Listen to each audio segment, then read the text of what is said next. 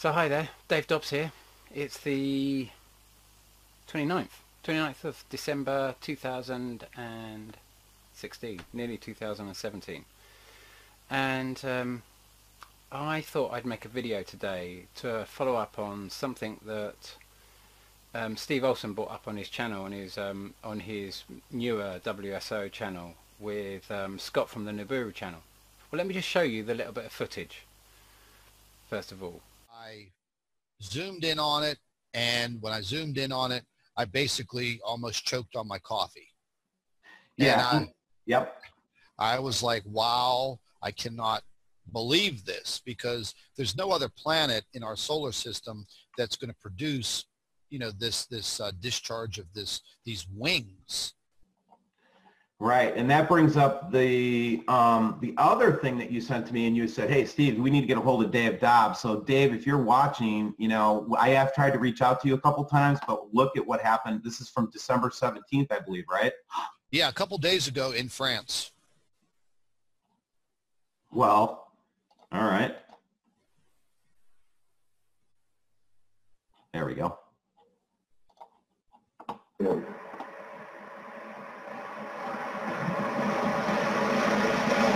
And I think, if I'm not mistaken, that this fits with Dave's analysis of this, and that's what we're going to try to get Dave on. And I'll have you on the show too, Scott, so you can ask him questions. But what do you think of this, man? Yeah, I mean, this was I got this from one of my subscribers in France. What I'm actually finding out is there is some censorship going on in France. Okay, so thank you for first of all, Steve and Scott, thank you for both inviting me in to comment on this. Excuse me making my own video. I'd love you to put it up with some of your stuff as well, because it very much follows on with obviously this whole research. And Steve, I've got to be honest with you, this doesn't fit into my timeline. It doesn't fit in, and it doesn't make sense with the current timeline, and therefore we have to start making calculations as to what that is. And you've seen me continuously bring up these twin tail sort of flybys.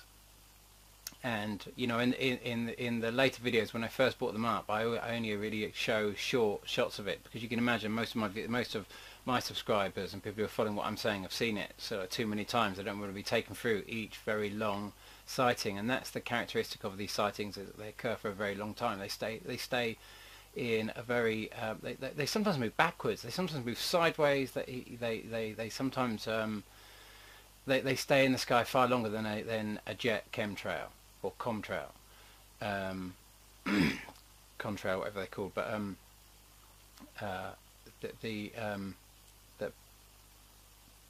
this characteristic is it's a Nibiru characteristic, except that Nibiru, by my maths, can't be there because we've already seen it. We saw it heading back towards the sun direction on the 22nd of September. It's not making sense unless we start to consider there really is another twin-tailed object up there. And we've got a big problem here, because as you said, Scott, there can't be another twin tail object. But I've got two testimonies of two video testimonies of another flyby with two what look like Nibirus, two twin tail objects going exactly the same direction, running exactly parallel with each other. Jeff P brought this up recently as well, and said, what about these? We have these two distinct sightings. So we know there is another. We know there's several objects orbiting this dwarf planet. Several celestial bodies. I'm not too sure how many exactly. I've heard lots of different sort of accounts. But you know, I like to sit. I like to have documented testimony, and that's why these flybys are so important to me, because they're real flybys that are coming in from a variety of sources, and each one independent. I can't imagine all of these people coming out and getting together and saying, let's all post these independently. You know, I found that timeline by, you know, I didn't have the exact 200 days, or maybe I had one 200-day, you know, interval between two timelines, but I had to basically work it out, and then I had to spend literally probably the best part of really months digging through YouTube trying to find them out as I started working out the timeline. You know, I had to start finding those various flybys, and sometimes I got the dates wrong, and then we had to source out where and when they were originally posted, because sometimes people post flybys of planets, and they don't give a time, a date, a place, and they're so important when you post a video, because you can just add so much confusion to you can just water down the mix and throw confusion out. So it takes not just finding a finding, but actually knowing that it's a legitimate, knowing that the time and the place and the date are legitimate. And so we've got a problem with this date, that you've seen all the other timelines that I've put together. They were on the 200-day timeline. Okay, and then we had Becky Lewis's footage, which was on the 28th of March 2015. Now I predicted that NIBIRU, in previous videos, I predicted that NIBIRU would pass Earth on the 22nd of December. And obviously I've talked about this, and I'm not going to go into too much detail on any of these, because obviously those who watch my channel know all about it, but obviously more people are coming on board with this all the time, so I have to kind of regurgitate everything as we're going along. And it's very important this, because this footage on the 28th of March 2015, I made a video literally a day before that saying we are coming to the 100-day point in this cycle, like a half point after that sighting on the 22nd of December 2015 that I predicted would come in, and then it came in. You know, at the time I thought, oh, what had I done? But then it passed. We had two corroborating testimonies saying it passed. So when I put that together, I realized that at that point, when we you know, I didn't know we were going to see it then. I was understanding that this would be the half point in the cycle. But then we had this footage from Becky Lewis, and we suddenly saw it, and she made it the day after. And when she made it, she was like, oh my God, Dave Dobbs, he'd said that we were exactly at the half point. So she posted the video. It was an incredible piece of footage. And then we realized that I'd actually, in my earlier videos, I'd said that you know, I predicted the next passage, all the next passages. You know, it was around about the 23rd of June, I think. I can't remember exactly. And then it was going to be the 15th, the 25th of. It was going to be the 25th of January 2017. I'd minus 50 days from that cycle, because up until that Becky Lewis footage on the 28th of March. The 100-day point, half point in the cycle, I'd never imagined that it was at, if you like, a right angle. It was being seen at a right angle to the sun from our perspective each time.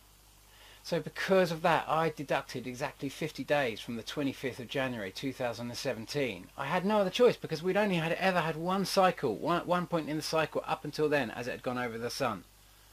So then my only logical conclusion was to deduct 50 days to bring it to a quarter cycle. The only point it could, if it was going to affect Earth, the closest point would be 50 days before the furthest point away from the sun in the cycle. Except that you'd have to understand, this whole system, for this to happen, would have been having to leave the sun and being on its exit trajectory. Excuse me. So when we saw this 100-day point, it was just like, oh my God, that means that it's finally moved away from the sun. It's close. It's sort of closest point to the sun, which means we're seeing both sides of it. And but then we knew it was beginning, absolutely, without any doubt. It was not still going round. It was actually leaving the sun. So we knew it was on its way out. It was just that where was the exit point? Was it going to come straight over the sun and keep going, sort of in an arc, or was it going to come right back round and come back from whence it came, the same sort of direction? You know, I have no idea. You know, we can all have our different theories and that sort of stuff, but you know, we've got to understand that obviously there's higher bodies, higher intelligence in our own world that understands more about this than I do, that is not telling us. And because maybe it doesn't want us to be too scared, maybe it just doesn't know how to deal with it, maybe it just doesn't really know which side of the fence it's on in all of this, that it's so confused by all the data, it just doesn't know. It's piggy in the middle of just too much, that it hasn't actually got any answers right now. It's just how to deal with the most impossible thing to even believe. And when you do see it, you just can't believe it. It's just overwhelming. And so we come to this footage that you've sent me, Scott, via, or you know, Scott and Steve, you know, you've sent me this footage. Like I say, it doesn't really fit in, or maybe it does, and the 50-day thing is correct, but if that's the case, that's not making any sense to me, because I'm not seeing. You can see just by looking at that footage of the twin tail. So that was on December the 17th, that twin tail.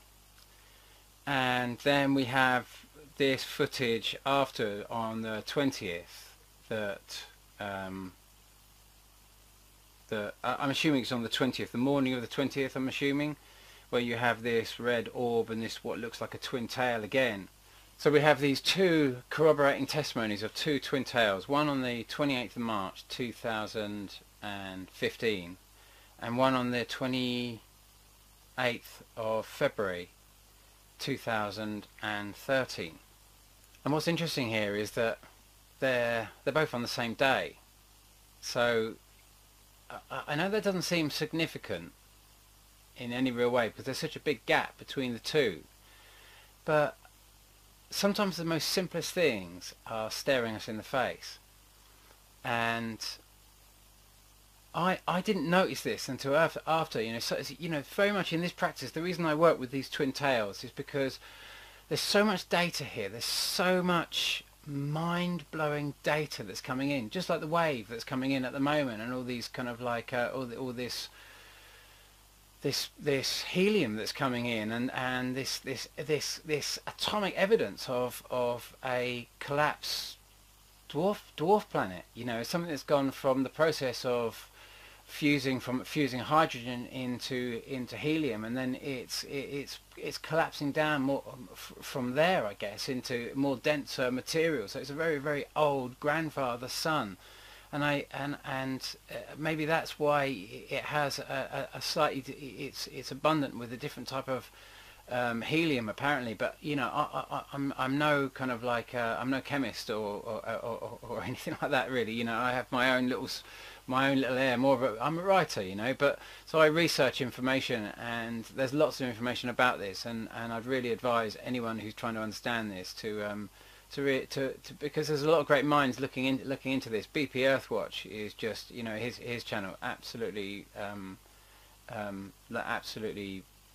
amazing, really amazing research. Whether he's right, you know, I don't think he's trying to be right. I think he's just trying to gather as much information as possible and open our heads to sort of like trying to understand this a bit better. And so this is new to all of us. You know, most of us can't believe what's happening at the moment. What to say about it? But anyway, we've got two corroborating testimonies here. The other one, like I say, on the 28th of March 2001, on the 28th of March 2015, and one on the 28th February 2013. And so I started running calculations with all of these dates, because there's some other dates that are not fitting in, and I started realizing that I started playing with this month cycle. So then we take the sighting on the 22nd of September 2016. This didn't fit quite with the timeline either. This was, you know, I'd expect the timeline, just to go over the date calculator here, I'd expect that I was expecting on my timeline around about the 17th of October as the half point cycle, and the 22nd of September 2016 of that flyby posted here. That threw a spanner in the works for me. That really did as well, because we have to follow. If we really find a pattern and we've got enough flybys to actually to make this work, so we're not just kind of like, we're not just playing with the numbers. We've got 7, 8, 9, whatever it is, flybys, all of, and really very close to 200 days apart, and that's just too much data to ignore. So, and we've got, like I say, we've got two sightings with 2 twin tail objects, in both pictures. They're both parallel, and they're a couple of years apart. So I'm starting to put it together that we've got another object. If I put all those dates into a calculator, into a date calculator. Okay, so that means we've got 2 corroborating testimonies of 2 twin tail objects, and we've worked out one of them. We've worked out the one that has the 200-day timeline, and that's really what I've been focusing on. We have to focus on that, because that's the data that's really coming in, that we're seeing, that gives us, it's the only thing I can see that's going to give us any real clue as to where this thing is exactly, and when it most affects us, by absolute fundamental flybys. It's so important. You can see what rests on knowing the exact time that this most affects us, and as the data comes in, we can start building more of an understanding. So we're getting these various shots basically coming in that are basically, they're only occurring when we're very close to nemesis of something else, other objects orbiting, other twin-tailed objects orbiting nemesis. It's all just so impossible to believe. When I start putting the data together, it's a little bit hit and miss, but it seems that this thing has literally a 30-day thereabouts cycle, give or take. It's difficult to tell, because you never see it when it's completely in line. You only see it when it's after the sun has set. So you're not getting, we're seeing it at various points in its cycle, but it's all just so unbelievably impossible to believe. You're bringing in another thing to try and make sense of all these different sightings, but actually the kind of mass of this is, it kind of all falls on the 25th of, in my mind, it's confusing, the data, but we're finding patterns where we can start filling in the gaps, and I'm still limited. That we've had this shot that I took on the 2nd of December, and now Dill Martin has put up a shot on the that was filmed on the 25th, which I believe is the same thing.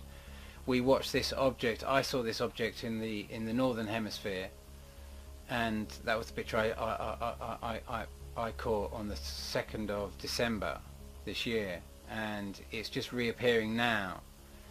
To me, it's the same thing. It's going round and round, and so it's really confusing all our heads now. That shot on the 22nd of September this year. this shot looks very similar to the shot that you caught on the 17th of December, or you're showing on the 17th of December, Scott. It's looking like this was the first time that we've ever been really that close to that second object, which gives you an idea of how close we are to Nemesis right now. We're literally, you know, like I say, if Nemesis was going to affect us, it would be affecting us massively now. And I'm of a mind something has to be protecting us now. Well, I'm told, you know, the space I go to when I do my process, I'm told that we're being very protected now, and so we are now in we're in a place where only time will tell. But by my maths, we should be having, you know, the object that you caught. Well, I believe BP BP Earthwatch posted it originally, and you posted it in on your channel, Steve. This shot here, I believe you posted it on the 22nd of December, Steve. I mean, that's where I'm expecting NIBIRU to be right now, right there, with a tail trailing behind it.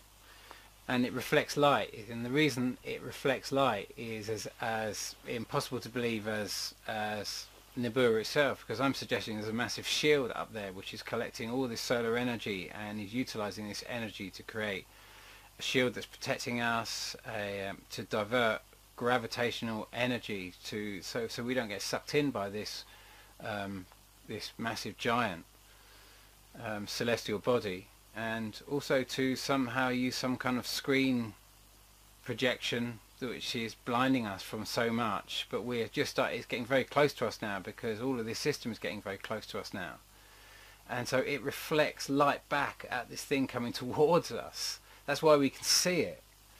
Even the fact that we can see it, have you ever seen, you know, there's so much stuff that is happening now which is quite beyond belief. So that's where I'm imagining it is at the moment. It's appearing very close to the sun. It's actually all occurring between Earth and the sun, but it's appearing above the sun because it's cutting across the line of the sun as we see it, and that's what I believe it's going to do. And it's going to get, you know, my timeline may be incorrect, but I'm just trying to run it on the basic maths of all the other sightings, so we can be logical and sensible and number crunch it. But you know, like I say, I was wrong last year. You know, okay, I predicted the timeline, but I thought it was going to be a lot closer. And you know, there's a lot of respectable people in this like NIBIRU field that think that, like I say, that this thing is inbound and it's beyond Earth at the moment and it's heading in. And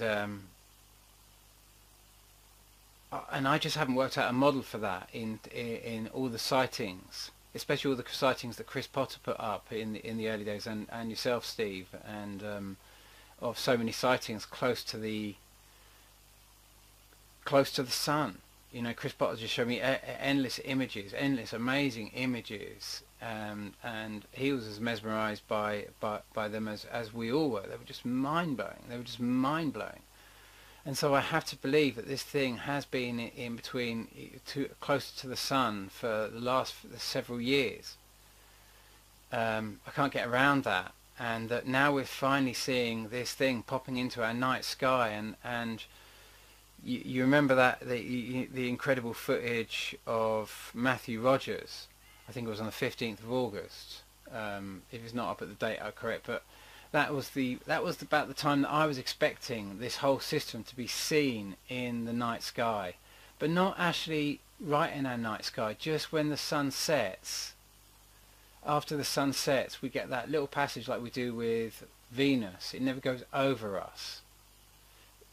We only see it when we see it in the night sky way before it comes into transit. We see it as it approaches us, and it becomes a kind of like evening star, and then we see it as it leaves, it goes underneath Earth, doesn't go over the top into a night sky, and we see it as it quite a considerable time after it's left its transit, and it's heading out when it becomes our morning star.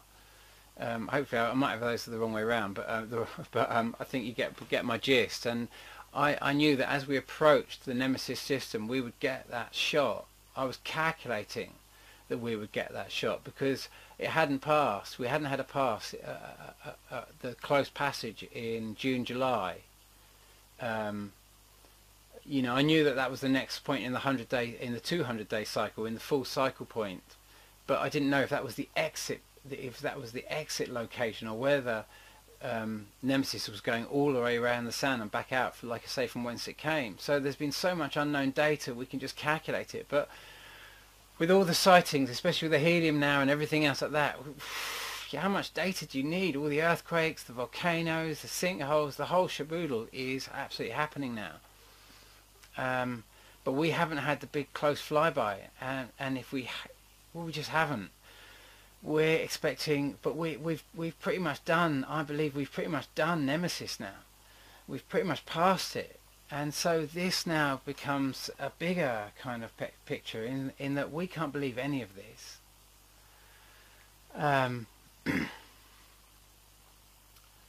It's just too big for our story in so many different ways. And as I've said in my previous videos, there's a great blessing there.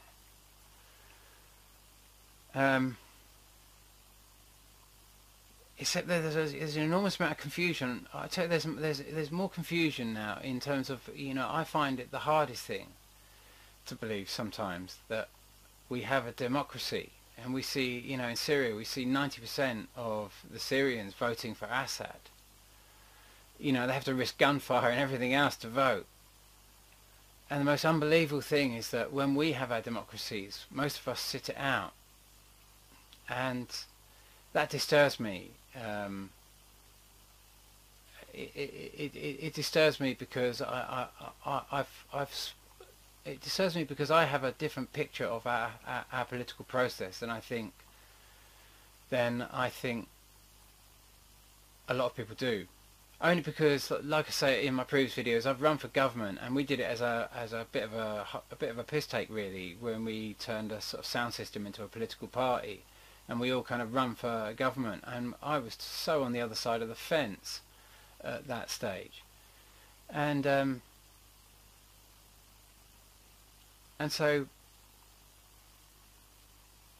I'm not trying to point a finger at the non-voters here, because I was on that camp as well, and I find just not voting and giving up your power and walking away when so many people have fought for those rights to express a choice. But well, before I get myself into too much hot water here, because I don't want to sound like I'm blaming, because I do understand, because I've been on both sides, but I just want to play you this incredible bit of footage. Well, let me just play you this. It seems irrelevant to NIBIRU, but we're talking about belief structure here, because if we can't believe this is real, if we can't believe what's happening now, we're not going to be able to do anything. And so the problem is that we can't believe NIBIRU because it's just too unbelievable. It's just, how do you touch that? How do you bring that into a story? When it's so fantastic. So let me play you this bit of footage here. This election. Let's talk about the election. You know, as we speak today, it's down to Hillary, Bernie, and Trump. Yeah, but see, you're talking to the wrong person. I never believed there was going to be an election this year, and it's not. Mm-hmm. Trump ain't got no money. Trump ain't never had no money. They talk about his daddy. You ever seen a picture of his daddy? You ever seen anybody write a story about his daddy? No. I mean, they got his money from his dad, yeah. I didn't ask you that. See, you keep talking to me. I don't want to hear. I asked you, have you ever seen a picture of his daddy? No, I have not. Have you ever heard a story about his daddy? And that don't bother you? Huh? That don't bother you? And so much of us out there been talking and shit. His sister had to hold a press conference and say, no, he didn't give him no $100 million. He gave him $1 million. I wonder why he didn't give me none. Huh? You know? See, if you're getting in this here and you're going to talk, you're going to move to people more powerful than me. I ain't gonna talk to you if you don't know nothing. The fuck I'm gonna talk to you about money if you ain't got none? That's what this shit is about. That's why NBC and ABC, that's why I look at them. Not that I believe them, they got $1 trillion industry to do the research, and I can pick it apart. That's simple. So, well, I know you don't expect there to be an election, but did you think Trump would get as far as he has? I didn't know who it was. Huh? Look, let me show you something here. Let me show you the shit that I know.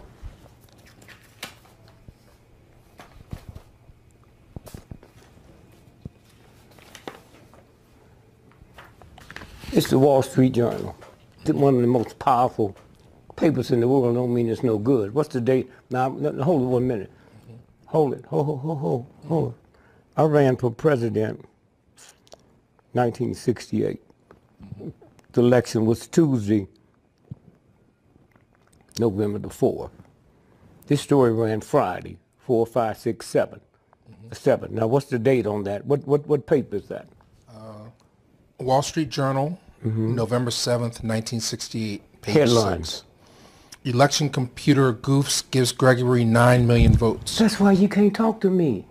I got too much information. I got 9 million votes in the state of Pennsylvania. Huh? Okay? That's what fasting do. Huh? Now read the first paragraph. Some machines just aren't to be believed. Take the big computer in New York that was designed to compile results of Tuesday's general election. All elections are tabulated in New York City. Go ahead. At one point early yesterday morning, the machine was crediting Dick Gregory, the comedian turned presidential candidate, with 9 million votes in Pennsylvania. Now here's what happened. The energy took over, the computers, and they had to shut them down because it projected me as president-elect of the United States. And they couldn't change it because they couldn't change the numbers. Wow. 9 million votes in one state. I know what it was. They went in there and tricked the machine for Nixon, but somebody put it on wrong and they gave it to me. So I'm going in the election and know all this bullshit y'all read. It ain't true. They did it just like they did that. Huh? Just like they did that. Yeah. The one time Trump lost, he said it was rigged. The few weeks ago. First, there's lost. 2 Trumps. Okay. The one in the red tie is the real one. The one in the blue tie is not. The one you saw last night after the victory was the blue tie.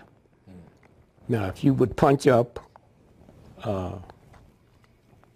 Dr. Carson, Ben Carson, when Trump called him a pedophile, and the next day he joined Trump.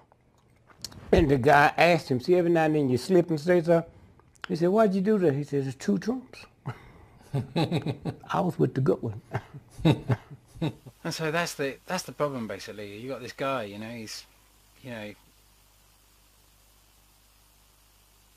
president-elect, effectively.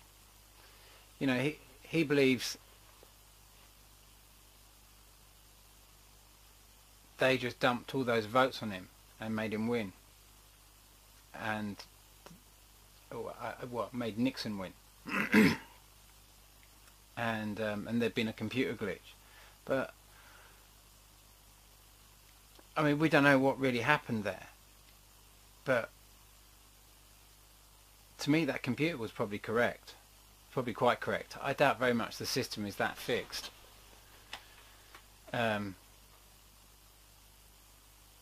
imagine it's being sort of like, I can imagine it's being tampered with as soon as you're bringing in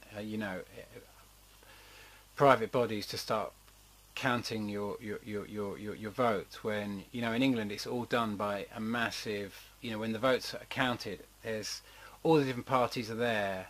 Every candidate can bring 10 people of his or her own in and to watch the count, and it's all done by the general public that are invited in, people working in the councils and other people that are invited in that have to qualify certain things. It's a very controlled thing, but it's run by the people. It really is. The irony is that it gets taken over by the media. and we get actually repulsed out of the whole thing. And but I think that the reason we don't vote is that it's our way of protesting somehow, and yet it was the people that won that, and we're kind of being repulsed out of that. And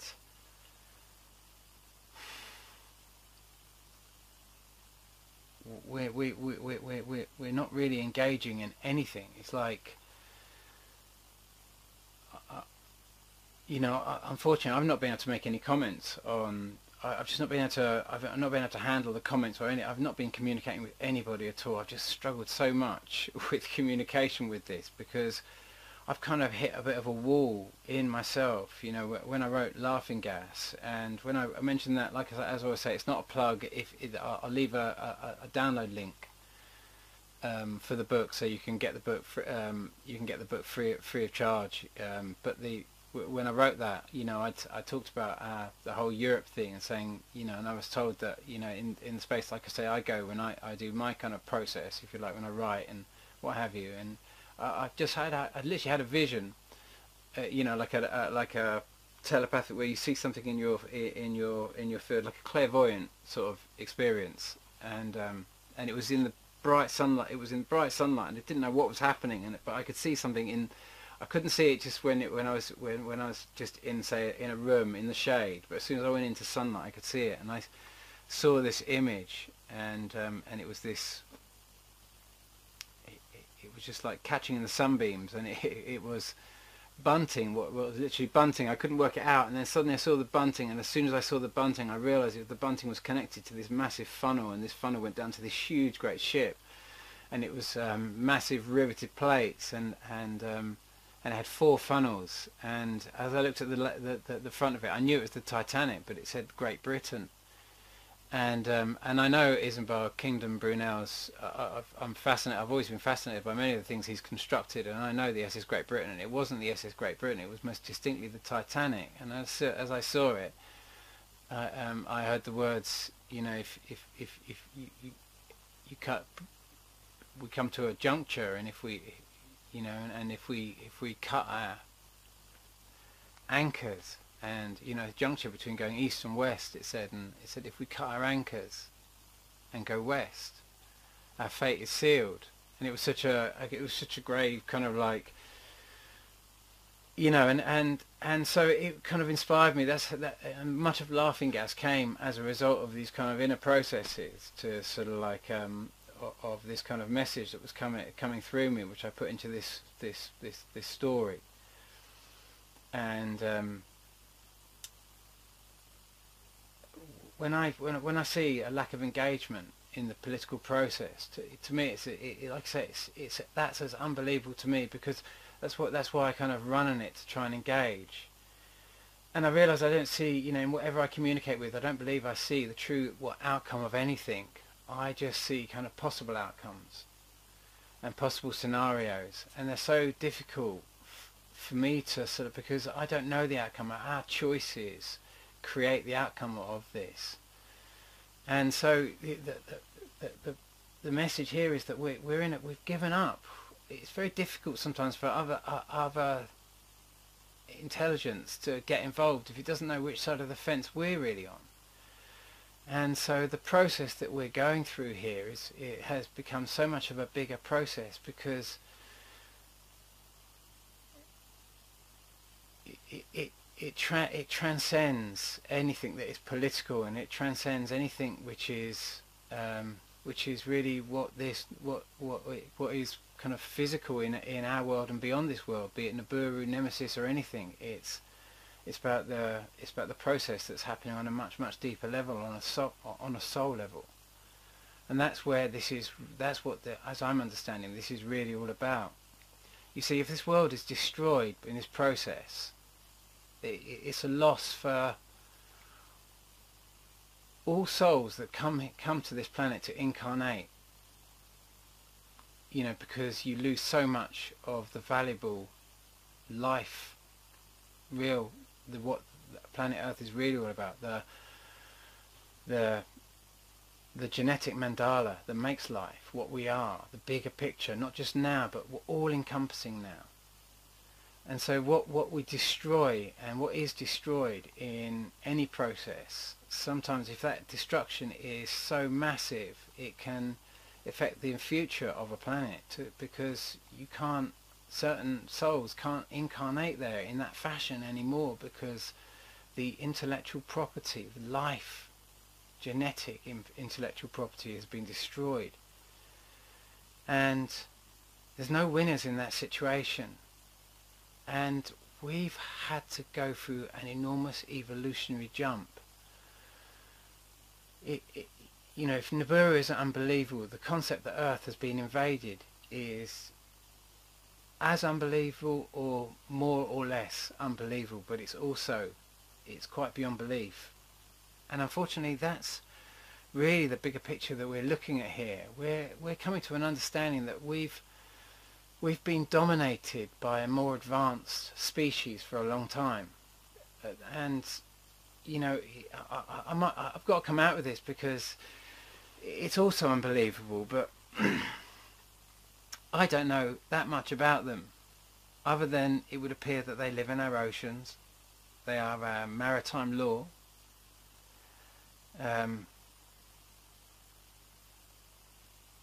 They rule us by offering us technology, and they only deal with the most aggressive parts of humanity. So humanity is kind of forced to take an aggressive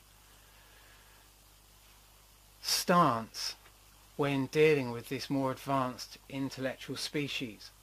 Call them reptiles, call them whatever you like.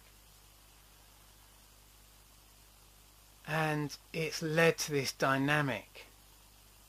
And really what's actually happening is that humanity is becoming neck and neck with this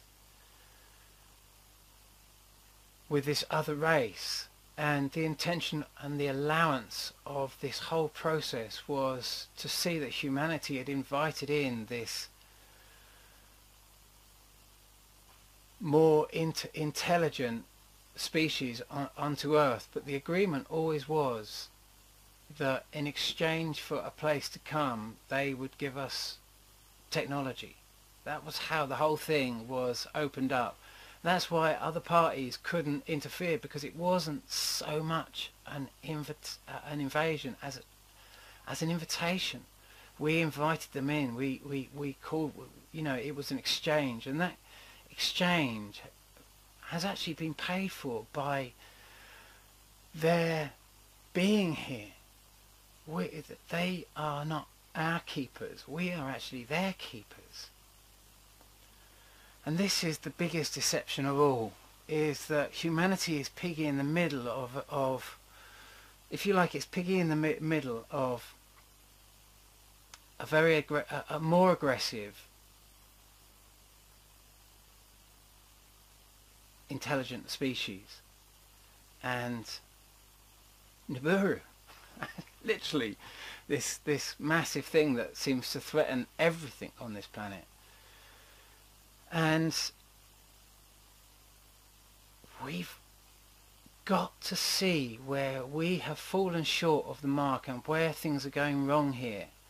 But we've also got to see that we've been piggy in the middle here because of choices that humanity made a long time ago that brought this whole transition. And literally this transition is what you're looking at. Really, the most logical suggestion is that makes the most practical sense is that all the water from Mars came to Earth.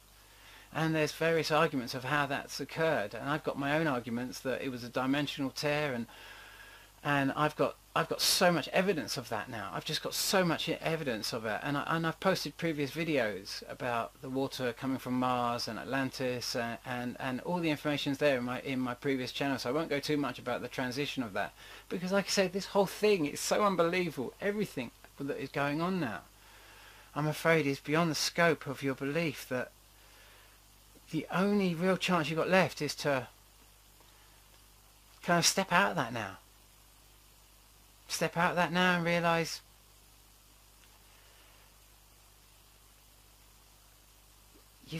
got to start seeing the bigger picture. And it's an impossible picture for you to see that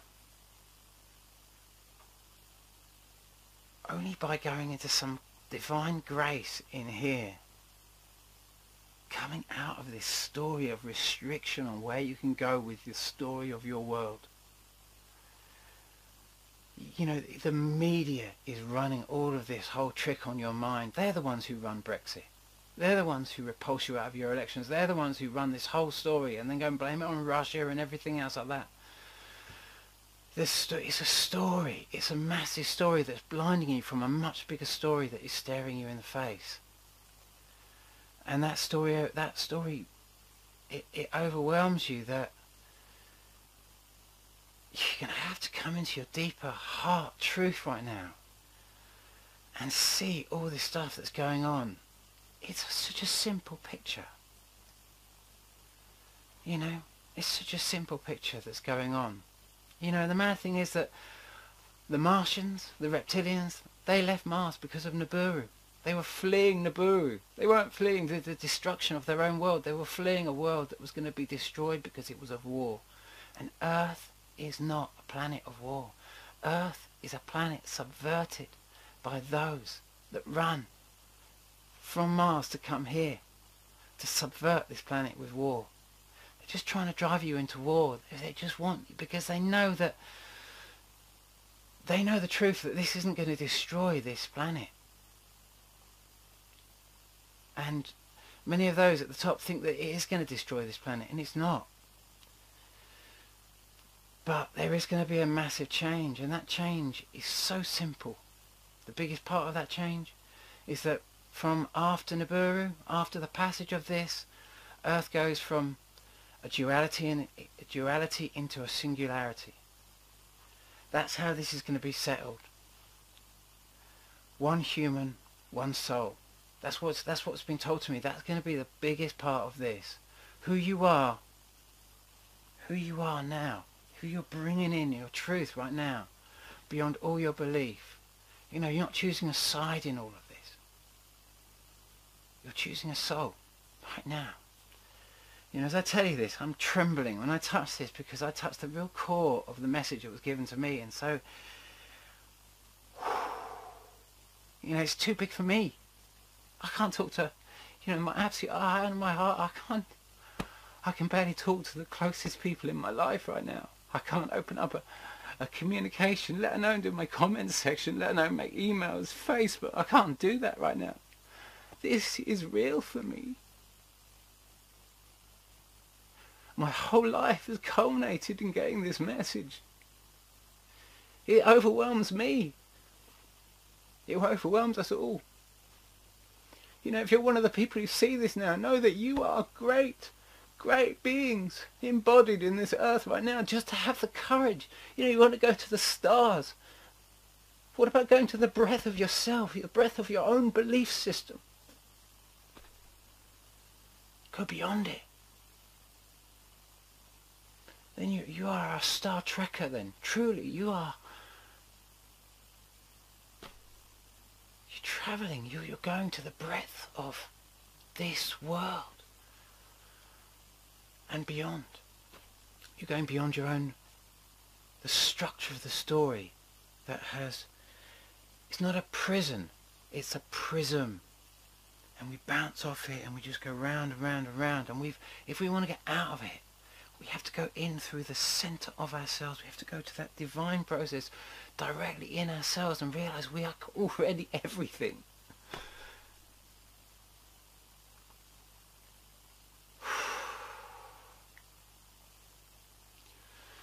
By my reckoning, this thing's coming in it's going to pass us on the 25th of January. I may be wrong with that calculation, but it's based on a lot of corroborating testimony. And I can only ask you to prepare as best you can. Turn it into a venture. Try to think of what you'd like to do next year. Like if you're going to have an allotment and that sort of stuff, like focus on all that sort of stuff, getting all the seed and all that sort of stuff. And I started talking about this in previous videos, and then I had to just it became so much for me that I had to I just couldn't, you know, there was I couldn't make any money out of this or anything after that. I just, and so all those that were coming to me at that for seed at that time, I started looking at the prices of the seed around here, and I started looking at the prices everywhere, and I just started realizing how abundant it is on the internet, and that you don't need me for that. That there's so much available organic seed available on the internet and everything else like that. And really, you know, my process in this is going into the messages coming in for me right now on the spiritual front. And like I say, when I touch this space, you know, it makes me tremble, because it's so powerful. It's bigger than us, and I don't know. I don't know what to say to you. I'd say granite floats on magma. Granite floats on magma, on basalt. I'd say get as high as you can, be sensible, have an adventure. You know, I'm thinking about sort of like having a bit of a sort of like après ski competition up here in the sort of like at the end of January. I'm just going to put it out on Facebook. So après ski something, I don't know, something a bit silly, and invite people up for that, because, and I can't organise that much, guys, because I just haven't got it in me right now. You know, it's as much as it is for me to corroborate this data that's coming in.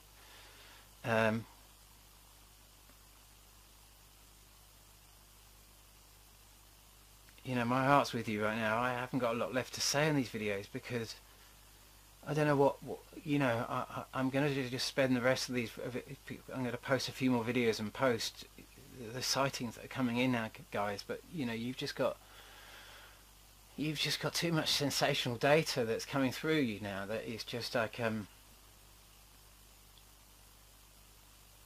you know, I don't know what you need.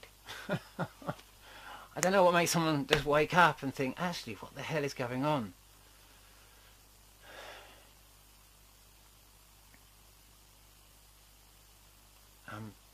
You know, I'm just keeping a life up here and just doing it myself, putting it into actions. And you know, you've got to come into yourself now and do what you've got to do. So, because I'm trembling so much, and I've been waffling on enough now, and I realise that, you know, it is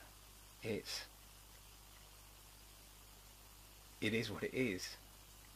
You know, your process in this is what it's all about right now. Who you are,